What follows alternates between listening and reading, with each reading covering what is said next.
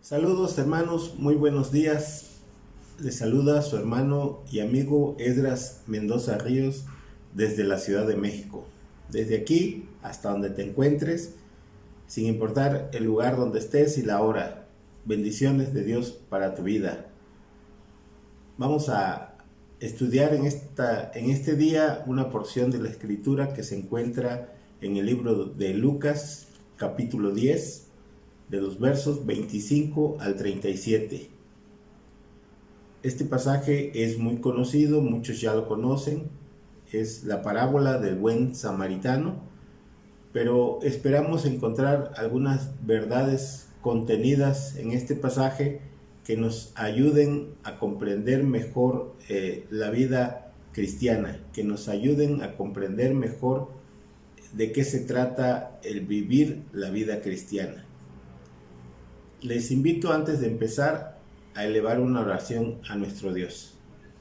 Señor Padre Santo y bueno, en esta mañana nos presentamos delante de tu presencia, rogándote, Padre, que seas tú quien hable a nuestras vidas, a nuestros corazones, y que todo lo que aprendamos el día de hoy sirva para mejorar nuestra actitud con respecto a vivir la vida cristiana.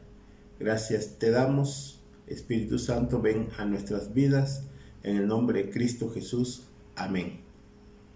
Saludos al pastor Hugo César Ríos III y a su amada iglesia, la primera iglesia del Nazareno en Jalapa, y también les enviamos un cordial saludo a todos los miembros del cuerpo de Cristo en todas las partes del mundo. Empezamos. Les invito a leer conmigo el versículo número 1. No vamos a ir verso por verso, pero sí vamos a hacer algunas puntualizaciones. Dice el verso número 1 de la siguiente manera: y he aquí un intérprete de la ley se levantó y dijo para probarle: Maestro, ¿haciendo qué cosa heredaré la vida eterna? Aquí vemos a un intérprete, se dice es un maestro de la ley, se sabe la escritura, como muchos a veces ya tenemos por costumbre leer la palabra y sabernosla de memoria, ¿no? Y tratamos de venir con nuestros argumentos a Jesús. Dice que este maestro de la ley se levantó y fue hacia Jesús. En muchos pasajes esta acción lleva una acción positiva, de encuentro, de rendición, de servicio, pero en esta ocasión la misma palabra nos dice que el intérprete de la ley se levantó para probarle. En otras versiones dice para tenderle una trampa. O sea, la intención para nada es buena, y desde su conocimiento, desde su intelecto, desde todo lo que sabe acerca de la ley, porque eso sí se la sabían desde principio a fin, se acerca a Jesús, pero su intención no es buena.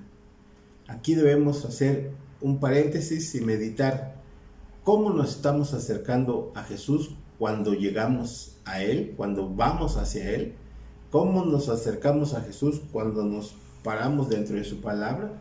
Yo he visto a muchas personas que nada más andan buscando en la palabra de Dios cosas que aparentemente se contradigan, o pasajes donde apoyen su condición de negarse a hacer algunas cosas, en vez de usarla para beneficio personal en su relación con Dios, la usan más bien para discrepar. Este hombre se la sabía, pero llega desde su intelecto hasta Jesús y le dice: Maestro, ¿haciendo qué cosas heredaré la vida eterna? Fíjense en su concepción. Él pensaba que la vida eterna se ganaba por méritos y méritos propios, haciendo cosas. Desde ahí ya estaba fuera de lugar con Jesús, y Jesús, cuando alguien viene presuntuosamente hacia Él, yo creo que lo que nuestro Señor Jesús quiere en este pasaje ya es despedirlo, y le dice, en vez de contestarle una lista de acciones que tenía que hacer, se remite a la misma palabra, a la misma escritura, a la misma ley que el hombre conocía, y desde ese plano le dice: ¿qué está escrito en las Escrituras? ¿Cómo lees? Y él le dice, amarás al Señor tu Dios con todo tu corazón y con toda tu alma y con todas tus fuerzas y con toda tu mente, y a tu prójimo como a ti mismo. Esta pregunta que el intérprete le hizo, dice la palabra que fue para tenderle una trampa. No dice qué trampa le quería tender, pero podemos suponer, a lo mejor voy a preguntarle a ver qué me contesta. Si me contesta lo mismo que ya todos sabemos, lo que estamos esperando, pues les podemos decir a los demás, bueno, entonces ¿por qué le siguen? Síganos a nosotros también. Y si nos contesta otra cosa que se aleje totalmente de lo que ya sabemos, lo podemos acusar de herejía. Fíjense ustedes, una posibilidad que se encuentra en la palabra tenderle una trampa. Jesús le dice, después de que el escriba le lee esto, hasta en un tono maravillado tal vez, o de felicitación, y le dice, bien has respondido, haz esto y vivirás. Fíjense cómo desde el principio nuestro Señor Jesucristo le cambia la jugada. Aquel viene desde la palabra, desde el conocimiento, y Jesús lo lleva a la misma palabra, pero ahora con un efecto práctico. Haz esto y vivirás. Presenta un caso de las Escrituras, pero se encuentra con Jesús con una actitud práctica. Él viene a proponer el conocimiento como requisito para la salvación, y Jesús le dice, está bien, pero hazlo y vivirás. Fíjense que también al final de toda la parábola, la pregunta que Jesús hace no es, ¿entendiste bien la parábola? Porque después le presenta una historia. Ya vamos a llegar a su momento. Tampoco le dice, procura no olvidar esta lección. No, tampoco le dice esto. La invitación al final es a actuar, a movernos, a pasar del conocimiento a la acción. El Señor Jesús le dice, ve y haz tú lo mismo. Otros eruditos han visto en esta expresión algo más fuerte. Nosotros vemos que le dice ve y haz tú lo mismo. Otros escritores y eruditos han dicho, la expresión es vete. O sea, si vienes a mí nada más querer justificarte con lo que sabes, dice el Señor Jesús, mejor vete y haz lo correcto, que es hacer lo mismo que te estoy proponiendo en esta palabra. Otra vez viene la acción, otra vez no basta el conocimiento, sino tenemos que hacer. Los nuevos expertos ahora en la interpretación de la Escritura, los nuevos expertos, intérpretes de la ley, ya no son los que saben. Ahora los cristianos ya no solo sabemos, sino son los que hacen, los que hacemos. Esos son los verdaderos adoradores que Dios está buscando. Los que no solo saben, sino también hacen. Oye la palabra para ponerla por obra. Después de la invitación de Jesús de ir y hacer lo mismo, como que se sintió avergonzado el escriba ante su presunción de venir solo desde el punto de vista del conocimiento, y para no quedar tan mal, hace otra pregunta. Ya había hecho su pregunta y hace otra. ¿Y quién es mi prójimo? Se parece mucho a nosotros, ¿verdad? Cuando queremos encontrar justificaciones a nuestras acciones, siempre sacamos otra y otra más, ¿no? ¿Por qué tengo que hacerlo? ¿Por qué tengo que dar? ¿Dónde dice? No es solo en el Antiguo Testamento, y andamos buscando objeciones. El escriba espera que Jesús le haga una lista detallada de todos aquellos a quienes él puede considerar prójimo, sin correr riesgos innecesarios, desde el punto de vista de su comodidad, sin que su generosidad se vea afectada en demasía. El escriba ha venido a discutir, ha venido a argumentar, pero se va con una obligación precisa de lo que tiene que llevar a la vida. La religiosidad, o los que presumen nada más de conocimiento, lo que quieren es hablar, y a ellos, a los que nada más les gusta hablar y no hacer, Jesús les pone una mordaza, casi podemos decir, les tapa la boquita y les invita a mover las piernas y no la lengua. Hay quienes mueven mucho su lengua, pero sus piecitos están muy quietos. Desde aquí Jesús ya nos empieza a poner en nuestro lugar. Espero que estas palabras nos vayan despertando la motivación de hacer lo que Jesús quiere. ¿Quién es mi prójimo? Ante esta pregunta, el escriba esperaba que se les diera incluso nombres y direcciones, tal vez la lista de los pobres, una lista que ellos tal vez ya sabían. Ellos al final de cuentas eran expertos en las listas, tenían todo detallado de la Torá hasta lo más mínimo. Entonces esperaban que con esa acción Jesús les diera una nueva lista, pero Jesús no hace eso. En vez de encerrar en una lista a las personas que podemos considerar nuestro prójimo, Jesús abre un abanico de opciones. Jesús abre una puerta para que cada uno de nosotros interprete, de acuerdo a la parábola que va a decir, quién es nuestro prójimo. Este escriba busca que le digan exactamente quién es el prójimo. Y vamos a ver en la parábola que Jesús no quiere nada más que tengamos una lista, porque qué fácil sería, ¿verdad? El prójimo es acá, acá, acá. Y las listas, yo siempre he dicho, limitan. Las listas limitan.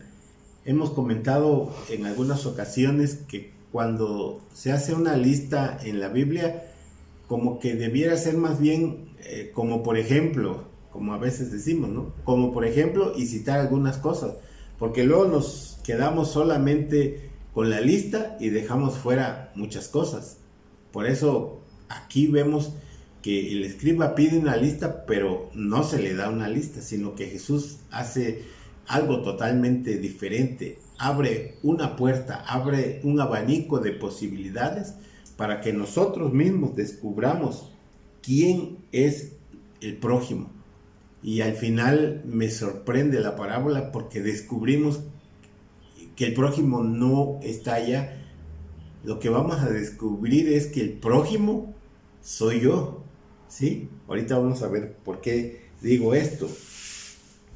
Jesús le pregunta al fariseo, ¿quién te parece que fue el prójimo de aquel que cayó en manos de los ladrones? Fíjense, usted no está diciendo el prójimo del que cayó en manos de los ladrones. El prójimo fue el que cayó en manos de los ladrones, ¿no? Está diciendo quién fue el prójimo. El prójimo entonces es el que le ayudó. Y eso va a obligar a ver al prójimo no como una persona en pasivo, o sea, la lista, sino nos remite a encontrar al prójimo en nosotros mismos.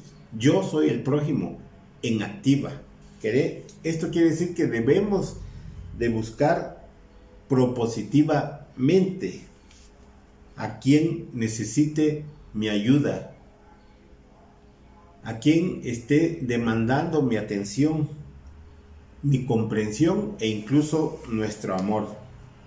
No se trata de saber entonces a quién debo de amar, sino más bien caer en la cuenta de que todos tienen derecho a mi amor, todos tienen derecho a que yo los ame.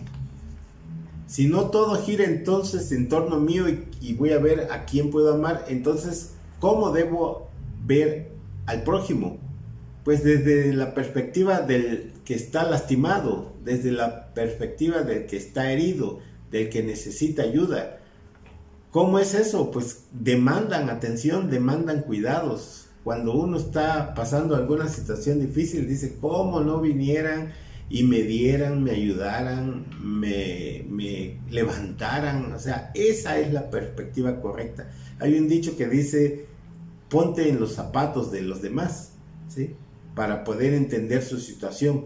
Entonces, no es quien gira en torno a mí como para que yo lo identifique y etiquete como prójimo, sino más bien ponerme del otro lado y decir, yo quiero ser ese prójimo para esa persona. ¿Qué debemos de hacer? Debemos acercarnos, debemos hacernos vecinos, y vecinos especialmente de los más lejanos. Nos conformamos muchas veces con estrechar nuestro círculo y solo nos comprometemos y nos relacionamos con un círculo muy estrecho de personas, que muchas veces se reduce a los hermanos de la iglesia, pero muchas veces ni siquiera a todos. Buscamos selectivamente quien no nos pueda comprender. Yo he visto iglesias que tienen sus reuniones, y no estoy criticando, estoy comentando algunas cosas que yo he visto para no caer en lo mismo en nuestras congregaciones, que se juntan solo los que tal vez tengan capacidad para dialogar, para debatir, pero si vemos a personas que no están a la altura, a veces los hacemos de menos o no les damos la palabra. Afortunadamente cada día son menos las iglesias así, cada día el amor de Dios ha penetrado y ha roto esas barreras. Ahora ya todos están incluidos, ahora ya todos somos bien recibidos. Solo si nosotros nos acercamos es que podemos percibir sus gritos silenciosos. ¿No es cierto que a veces vemos a las personas y como que con la mirada nos quisieran decir algo, pero no se atreven? Pero al mismo tiempo nosotros también, como dice otra expresión, nos hacemos de la vista gorda y no indagamos de más porque nos podemos comprometer. Tenemos un miedo a comprometernos o a que el otro saque algo de nosotros, cuando esa es la posición a la que debemos de estar dispuestos siempre, a dar. A eso venimos a este mundo, a eso nos llamó Jesús a su iglesia, venimos a dar y a dar todo. Debemos entrenar nuestros oídos para escuchar incluso aquel clamor que no es expresado, aquel clamor que a gritos nos pide nuestra ayuda, nuestra intervención, y no lo percibimos porque no estamos acostumbrados a eso. Espero que este estudio de la parábola cambie nuestra perspectiva de prójimo y nos remita al yo, nos remita a nosotros como prójimos, que debemos de buscar la ocasión para poder ayudar, para poder servir, para poder incluso contra mi propio beneficio, incluso en perjuicio mío.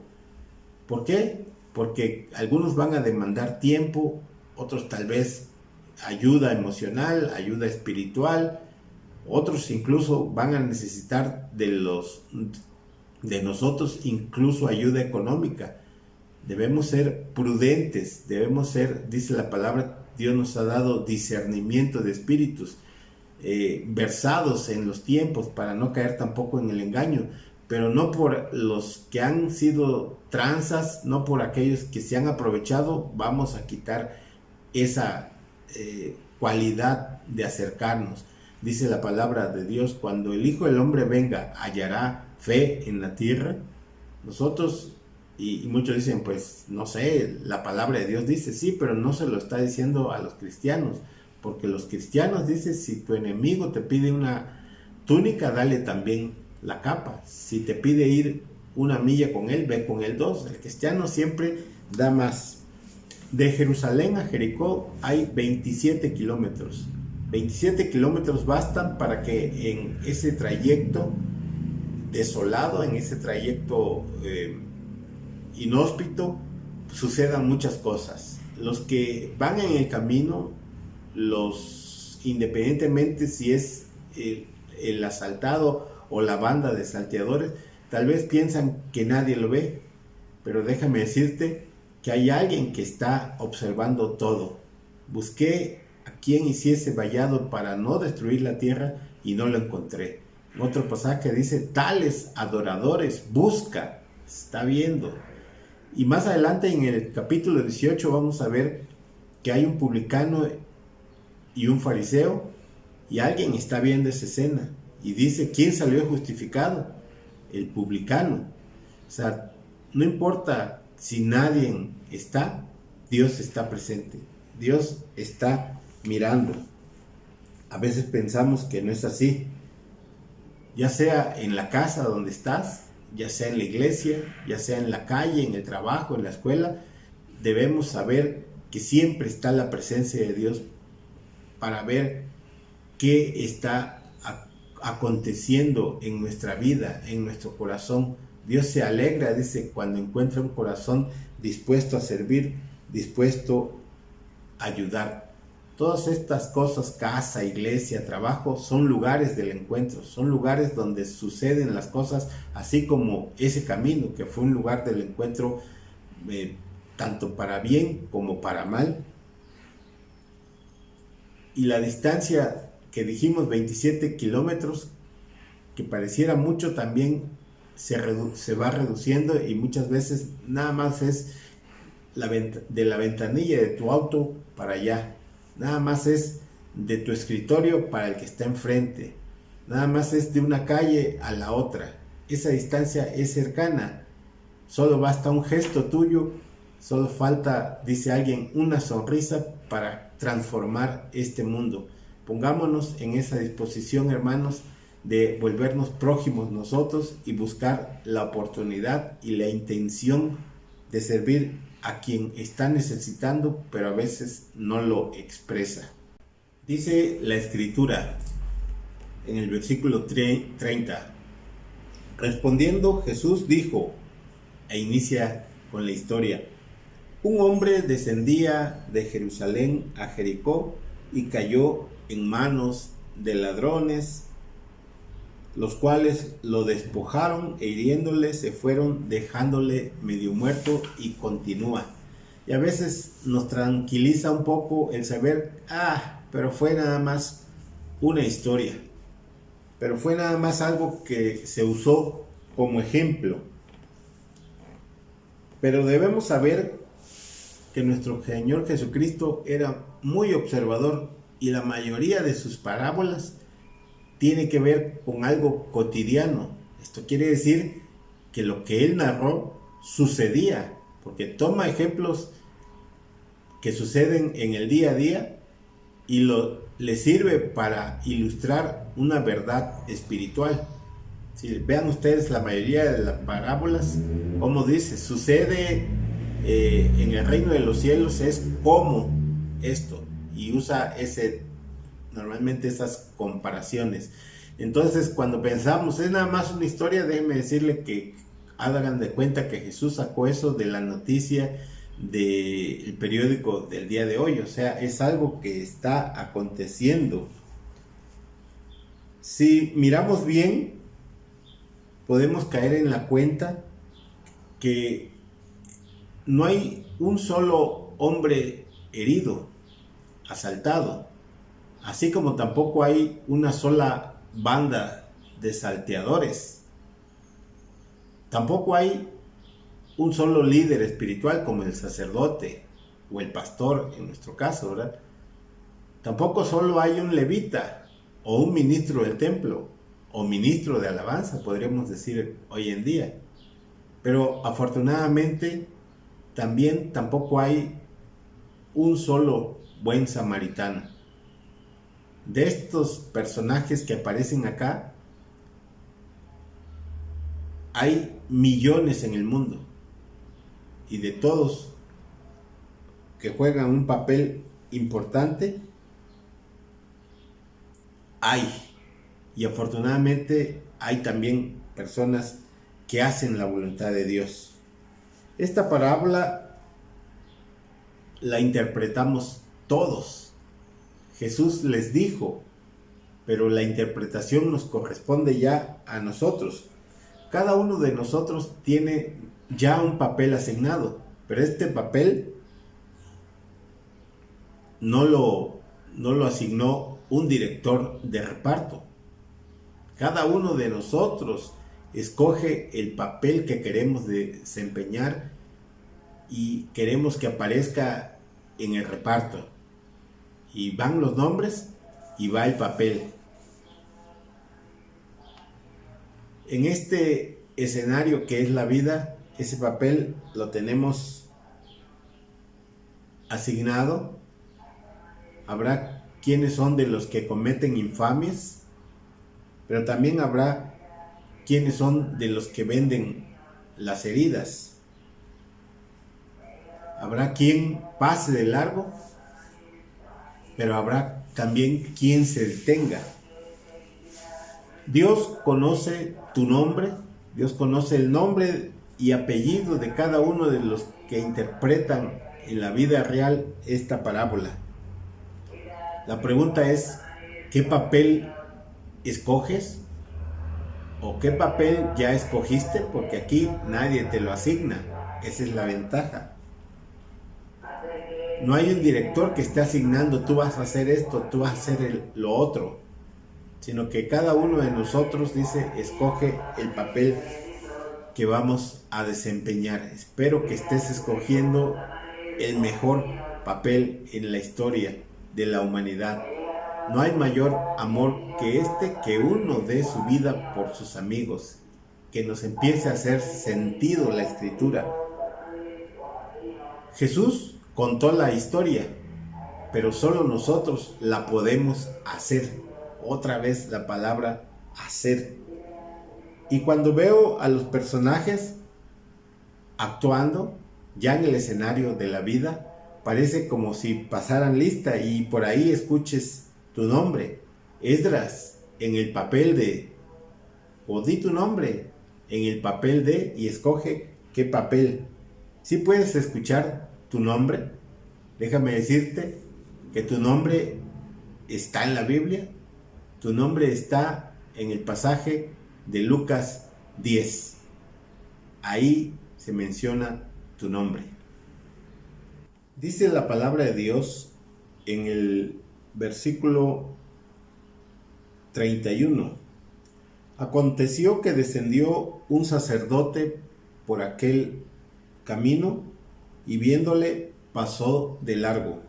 Asimismo, un levita, llegando cerca de aquel lugar y viéndole, pasó de largo. Esta versión que estoy leyendo, que sirvió de base, de referencia, es la Reina Valera, pero hay otras versiones de las Escrituras. Y en los manuscritos originales también, en la expresión que dice pasó de largo, en el griego da otra connotación. Dice, se fue por otro camino, o rodeándole, le dio la vuelta. ¿Sí? Acá nada más dice que pasó de largo, pero que también es correcto, pero la expresión de esta parte en el griego dice, se fue por otro lado. Y aquí lo que quiero decirles es que afortunadamente para nosotros, y lo estoy diciendo en tono tal vez de sarcasmo, afortunadamente siempre hay otro camino, ¿verdad? Y ese afortunadamente lo digo porque ante una necesidad y estando nosotros presentes, optamos por la vía más cómoda o por la vía más fácil. Cuando la realidad nos quema, nos duele y nos incomoda, ¿qué cosa nos hace tener la conciencia tranquila? Pues no precisamente es atenderla ni enfrentarla. Normalmente nos vamos por el otro lado. Les dije que esta parábola nos va a estar haciendo reflexionar acerca de algunas actitudes que hemos tomado ante la necesidad de los demás.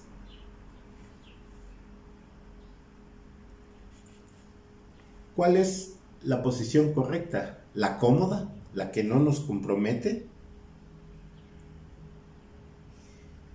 Ya vimos que dos personas, el levita y el sacerdote, escogieron irse por otro lado.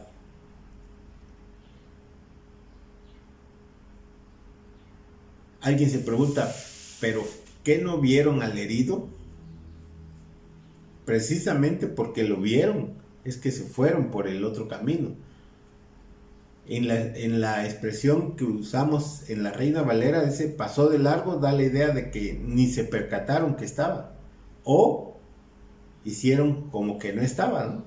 Y parece que nos retrata a cada uno de nosotros ante algunas situaciones. Y nos hacemos, dice una expresión, de la vista gorda. Pasó de largo. Y eso lo vemos acá y nos indigna, nos da ganas de ir detrás del sacerdote o del levita y jalarle su túnica y llamarles la atención y decirle, pues, ¿qué no vistes al herido que está ahí? Y ellos nos van a responder con una infinidad de excusas, como también nosotros solemos responder ante los compromisos, ante los llamados de nuestra conciencia de parte del Espíritu Santo. Muchas veces también tenemos excusas válidas para no detenernos. Muchas veces también tenemos prisa, tenemos cosas que hacer, estamos ocupados. Y todo esto no me suena nada más como a guardar ciertos formatos, ciertas composturas, a cumplir ciertos rituales, y no podemos salirnos de eso que ya está establecido, es que así se debe de hacer o así lo hacen todos. Yo, ¿por qué tengo que hacer la diferencia? Tenemos que respetar horarios. Y a veces me recuerdo una vez cuando tenía yo que dar la escuela dominical, llegué temprano a la iglesia, estaban ya los hermanos, pero hubo una necesidad fuera de la iglesia de una persona que estaba en malas condiciones, y me dispuse, en lo que llegaban los hermanos, a ayudarle, y esto me tomó más del tiempo que debía.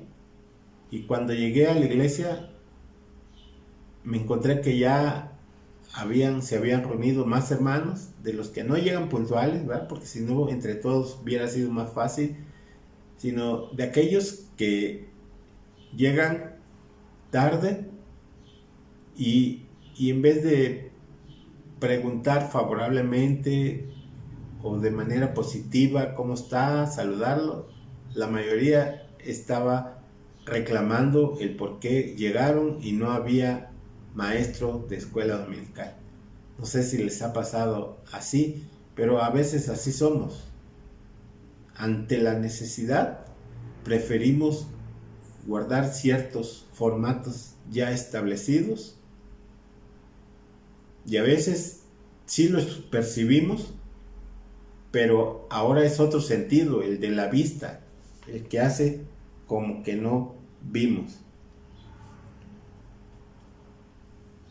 Espero que Dios nos esté hablando, nos esté diciendo, no cuides nada más las apariencias externas, sino sobre toda cosa guardada, dice la palabra, guarda tu corazón, porque de él mana la vida.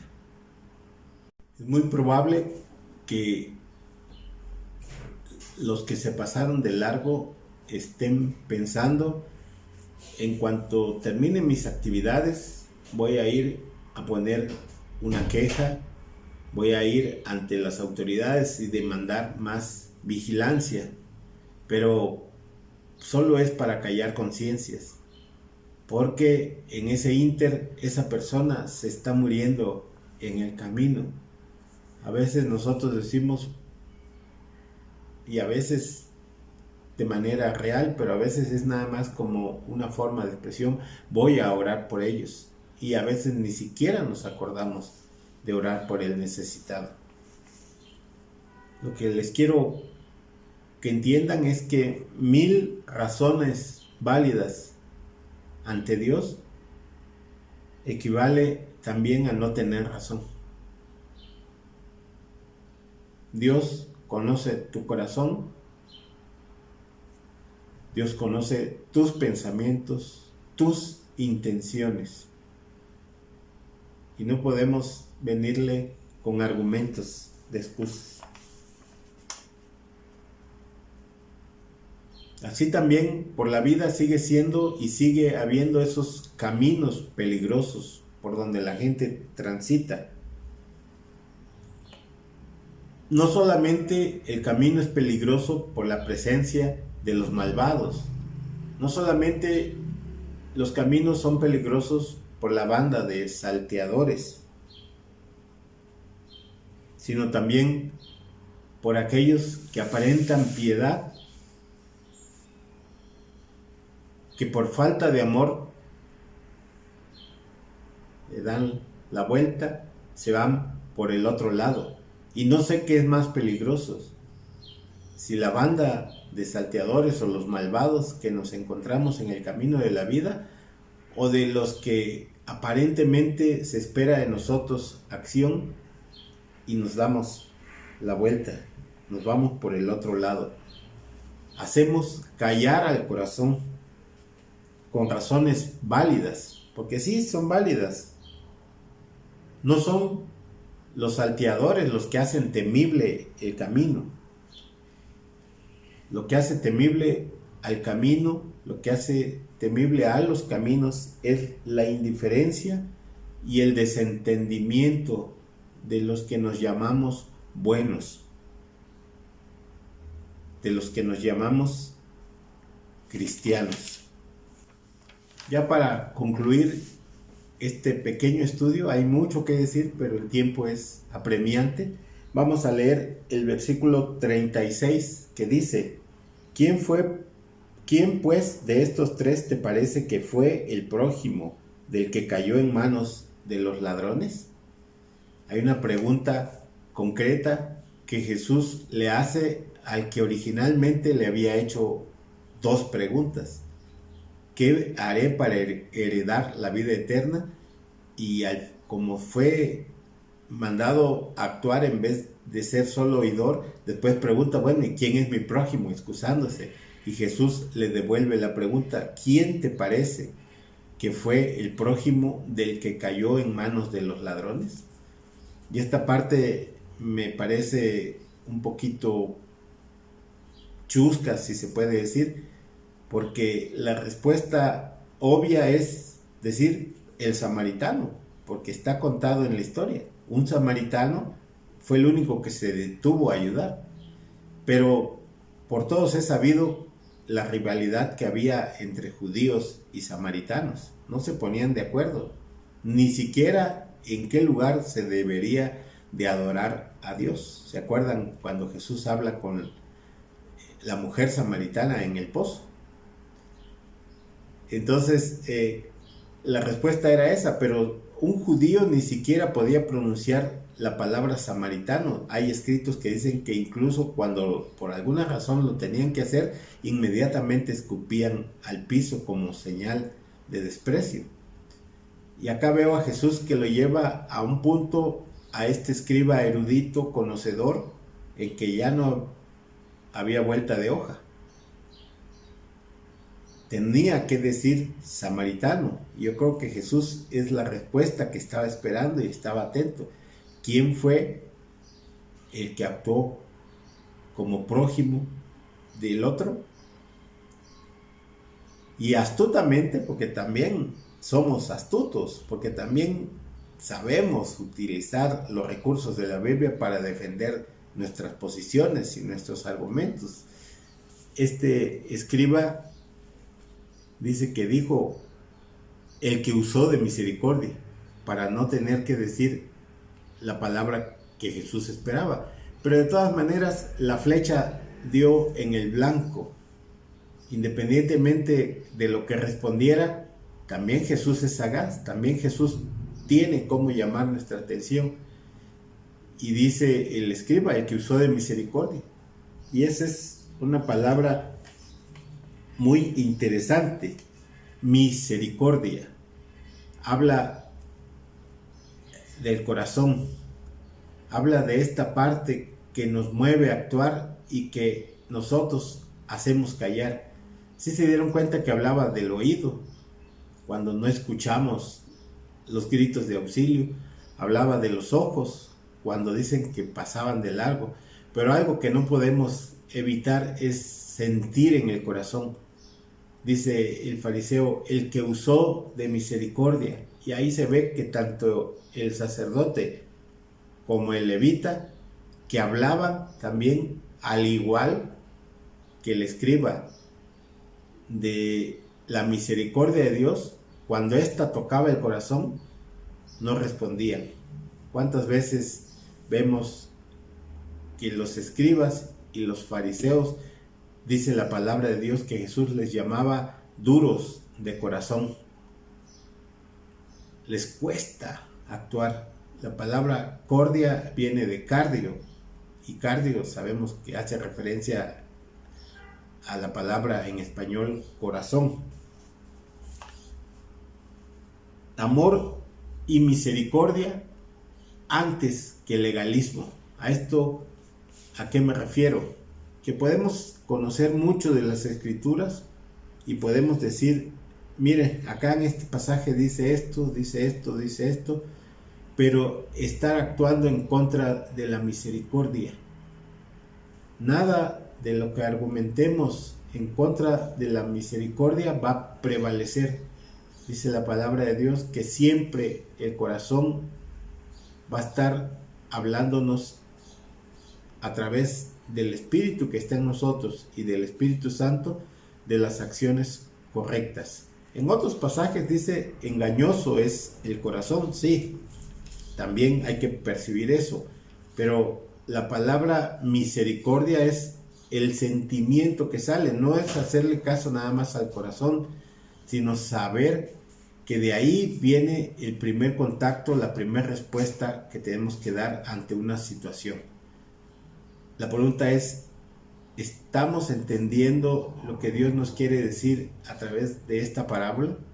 Que nosotros nos debemos de proponer ser el prójimo de los demás, entrenar nuestro oído, ver con nuestros ojos y poner la misericordia antes que el legalismo, antes que de decir, no, pero es que esto dice la ley.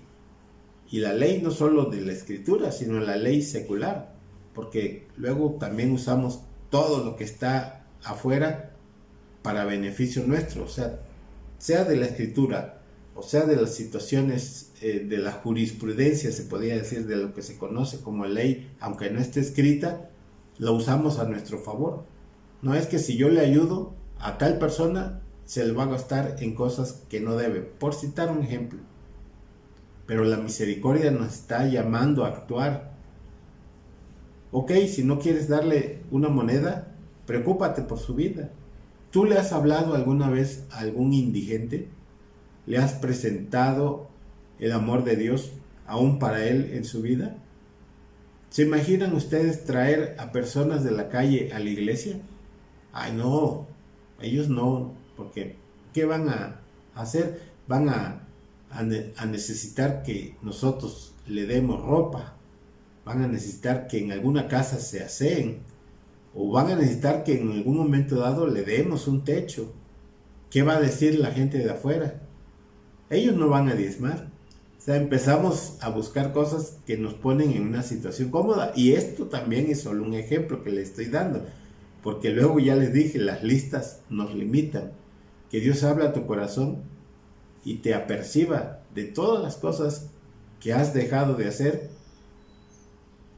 por no tener entrenado tu oído, por hacerte que no lo viste, y nos perdone y nos active a movernos en favor de los demás. Siempre, sin importar nuestra condición, siempre podemos ayudar a los demás. Siempre tenemos algo que dar. Palabras de aliento, oraciones, que es importantísimo, pero a veces ni eso hacemos, porque también nos incomoda, porque también es difícil pararse temprano. Espero que esta parábola nos haga lo que fue el propósito de Jesús para esa gente: abrir los ojos, abrir el corazón, abrir nuestra mente y enfrentarnos a esta nueva realidad de reino. Oremos. Señor, gracias te damos por tu palabra, esperamos que haya sido clara.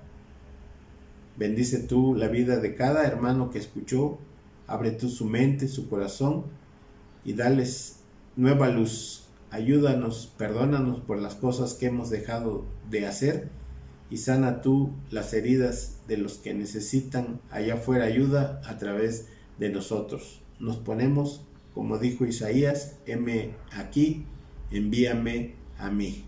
En el nombre de Cristo Jesús, amén. Saludos hermanos, hasta la próxima, nos vemos, bendiciones.